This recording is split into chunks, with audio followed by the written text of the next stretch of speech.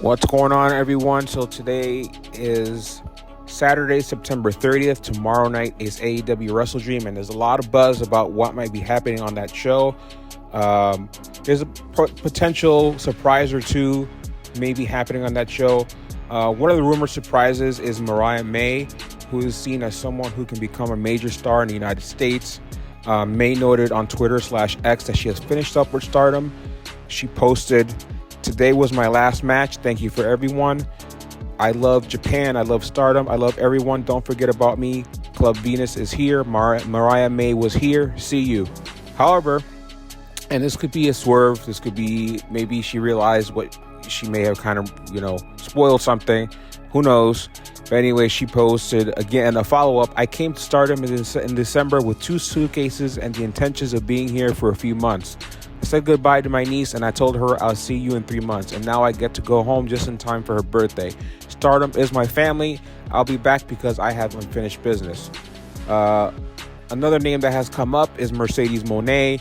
It's possible because Tony Khan has had talks with her in the past, and there was a tease on one of the press conferences, Soraya saying that she couldn't wait for Mercedes to heal up so she can join her in AEW. As of right now, there's no indication that she's cleared from her ankle injury, so who knows? I know they wanted her for a while. Tony even invited her to attend All In. He paid for that, so we'll see what happens.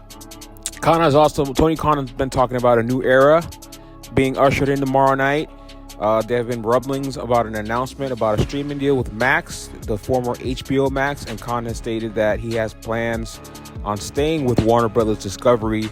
It's expected that all AEW shows are going to stay on TBS and TNT, and pay-per-view events would move to Max, similar to what WWE is doing with Peacock.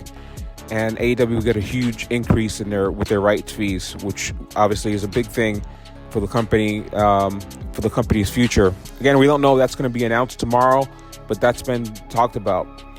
The other thing that is being talked about would be a major signing for the company.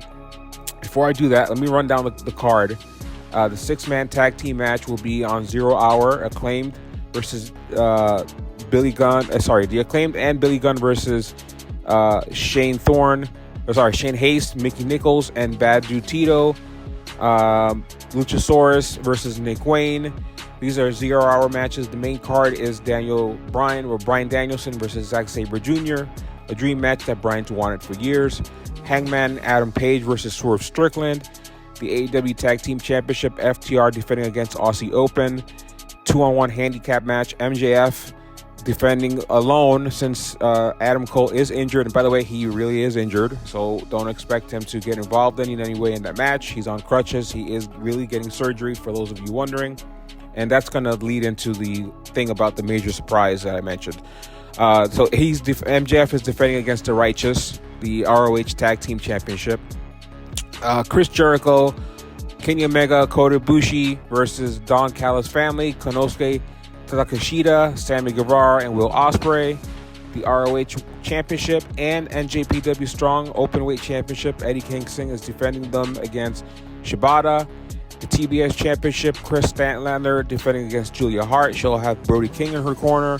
The 4-way for a future AEW World Tag Team title match, it's the Young Bucks versus the Guns versus the Lucha Brothers versus Orange Cassidy and Hook. Ricky Starks versus Wheeler Yuta. And interesting, the main event for the show is going to be the 2 out of 3 falls match for the TNT Championship. It's Christian Cage defending against Darby Allin. So why is that interesting? Well, first of all, let me quote what Darby said. This is why we know it's going to be the main event. At the WrestleDream Countdown show last night that aired after Rampage, Darby said, quote, "I've waited to be in the main event of a show for so long, my whole entire life. I've never felt good enough. There is always a voice in the back of my head saying you shouldn't be here and that you don't deserve any of this." So anyways, Darby is going to be headlining the show. It's his hometown. Makes sense. But another reason why this makes sense is if Edge is coming in, Adam Copeland is coming. If he's coming in, and if he's going to either cost Christian the belt send people home happy. That also explains why Christian won the belt last week, because they want him to defend it against Darby and maybe have Darby win it in front of his hometown crowd. That might be what they're doing here. Edge comes in, costs Christian the belt, and then you start a new program, and somehow Luchasaurus is involved with this. Maybe, Edge tries to talk some sense into Luchasaurus or something.